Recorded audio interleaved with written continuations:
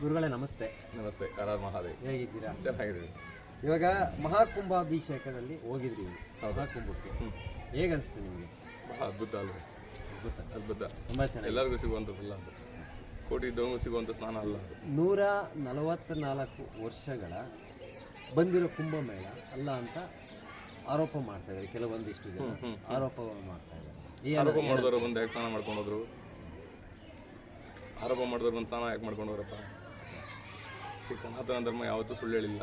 ಸನಾತನ ಧರ್ಮದಲ್ಲಿ ಸುಳ್ಳಿಲ್ಲ, ಸತ್ಯ ಸತ್ಯ ಇರುತ್ತೆ. ಸುಳ್ಳು ಹೇಳಿದ್ರೆ ಬಂದು ಕದ್ದು ಮುಚ್ಚಿ ಸ್ನಾನ ಮಾಡ್ಕೊಂಡೋದ್ರು ಕರೆಕ್ಟ್ ಅಲ್ವೇ? ಹಾಗಾಗಿ ಅದು ಸತ್ಯ.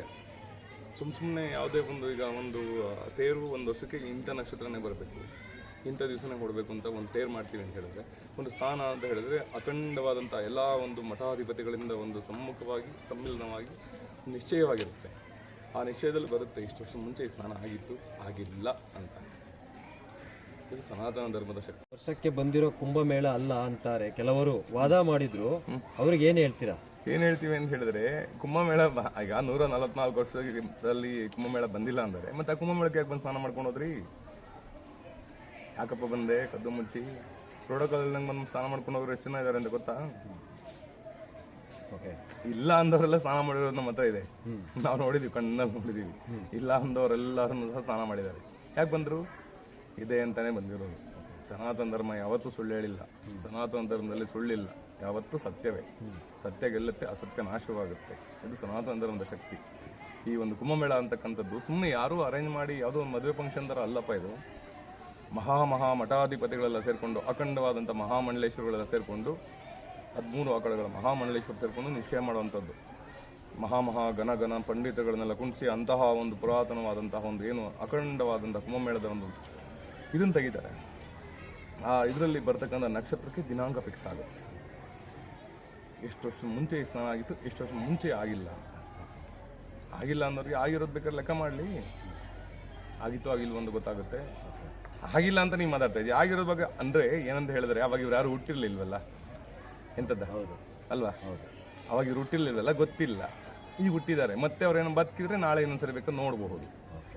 ಖಂಡಿತ 144 ವರ್ಷಕ್ಕೊಂದ್ಸರಿ ಇದನ್ನ ನೋಡ್ಲಿ. ಮತ್ತೆ ಹೌದೌದು, ಅವ್ರಿಗೆ ಅದನ್ನೇ ಹೇಳ್ತಿರೋದು. ಅವ್ರು ಬದುಕಿರ್ಲಿ, ಆಮೇಲೆ ನಾನು ತೋರಿಸ್ಕೊಡ್ತೀನಿ ಕುಂಭಮೇಳ ಆಗಿತ್ತಾ ಆಗಿಲ್ವಾ ಅಂತ.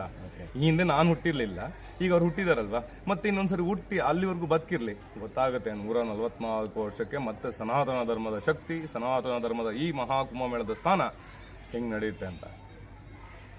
ಇತ್ತೀಚಿನ ದಿನಗಳಲ್ಲಿ ಹಿಂದೂ ಧರ್ಮ ಆಚರಣೆ ಬಗ್ಗೆ ಕೆಲವರು ಚಕಾರ ಎತ್ತಿದ್ದಾರೆ. ಹಿಂದೂ ಧರ್ಮನ ಇಲ್ಲ ಅನ್ನೋ ಒಂದು ಚಕಾರನ ಎತ್ತಿ ಮಾತಾಡ್ತಾ ಇದ್ದಾರೆ ಕೆಲವೊಂದಿಷ್ಟು. ಇಲ್ಲ ಅಂದವರೇ ಇಲ್ಲ ಇವತ್ತು.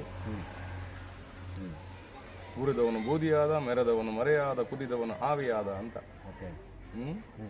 ಇಲ್ಲ ಅಂದವನು ಇಲ್ಲ ಇವತ್ತು. ನಿಮ್ ಧರ್ಮ ಹಾಳು ಮಾಡ್ಬಿಡ್ತೀನಿ ಬಂದವರೆಲ್ಲ ಹಾಳಾಗೋದ್ರು.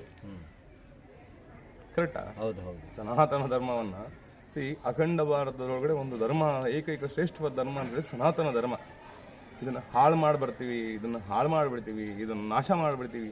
ಸಾತ್ತೋದ್ರು ಮಗ, ಮಾಡ್ತೀನಿ ಅಂದ್ರೆಲ್ಲ ಮರೆ ಆಗೋದ್ರು ಅಂತ ಕುಂದವರೆಲ್ಲ ಕುರಿಯಾಗೊಂಟೋದ್ರು ಮಗ. ಸತ್ಯನಾ? ಸತ್ಯ. ಯಾಕೆಂದ್ರೆ ನಿಮ್ಮ ಅಜ್ಜಿ ತಾತ ಹೇಳ್ಕೊಟ್ಟಿದ್ದಾರೆ ಸಂಸ್ಕಾರವನ್ನ ಹೇಗೆ, ಯಾವ ರೀತಿ ನಮ್ಮ ಸನಾತನ ಧರ್ಮದ್ದು ಅಂತ. ಕರೆಕ್ಟ್ ಅಲ್ವಾ? ಹೌದು. ಹಾಗಿದ್ದಾಗ ಹೆಂಗ್ ಮಗ ಇವೆಲ್ಲ ಸಾಧ್ಯ ಅಲ್ವೇ? ಹೌದು. ಮಹಾಕುಂಭ ಮೇಳದಲ್ಲಿ 60 ಕೋಟಿ ಭಕ್ತರು ಸ್ನಾನ ಮಾಡಿದ್ರು ಎಂದು ದಾಖಲಾಗಿತ್ತು ಅಲ್ವಾ? ಕಮ್ಮಿ ಮಗ ನೀನು ಹೇಳ್ತಿರೋದು. ನೀನು ಹೇಳ್ತಿರೋದು ಬಹಳ. ಎಷ್ಟು ಜನ ಸೇರಿದ್ರು? ಒಂದು 85ರಿಂದ ಒಂದು 90 ಕೋಟಿವರೆಗೂ ಇತ್ತು ಮಗ ಜನ. ಅಷ್ಟು ಜನಕ್ಕೂ ಅಲ್ಲಿ ಅದ್ಭುತವಾದಂತ ವ್ಯವಸ್ಥೆ. ಮೋದಿಜಿ ಯೋಗಿಜಿ ಅನ್ನೋದು ಒಂದು ಧರ್ಮದಲ್ಲಿ, ಸನಾತನ ಧರ್ಮದಲ್ಲಿ ಒಂದು ತಾವರೆಗಳು ಹರಳಿದಾವೆ.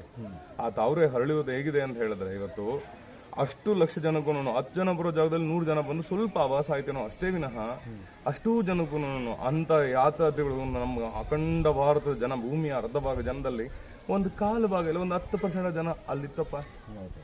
ಸಹಸ್ರಾರು ಜನ ಇವತ್ತು ನಮ್ಮೂರು ಮಾತಾಡ್ತಿದ್ದಾರೆ. ನಂಬ್ತೀಯ? ಎಷ್ಟು ಲಕ್ಷ ಕೋಟಿ ಜನ ಇವತ್ತು ಹೊರದೇಶಗಳಿಂದ ಬಂದು ಸ್ನಾನ ಮಾಡೋಗಿದ್ದಾರೆ ಅಂತ ನಾವು ಮಾತ್ರ ಕೂತ್ಕೊಂಡು ನೋಡಿರೋದು. ಯಾಕೆ ಬಂದರು? ಸನಾತನ ಧರ್ಮಕ್ಕೆ. ನಮ್ಮ ಸನಾತಿಗರನ್ನ ಬಿಟ್ಟು ಬೇರೆಯವ್ರು ಯಾಕೆ ಬರ್ತಾ ಇದಾರೆ?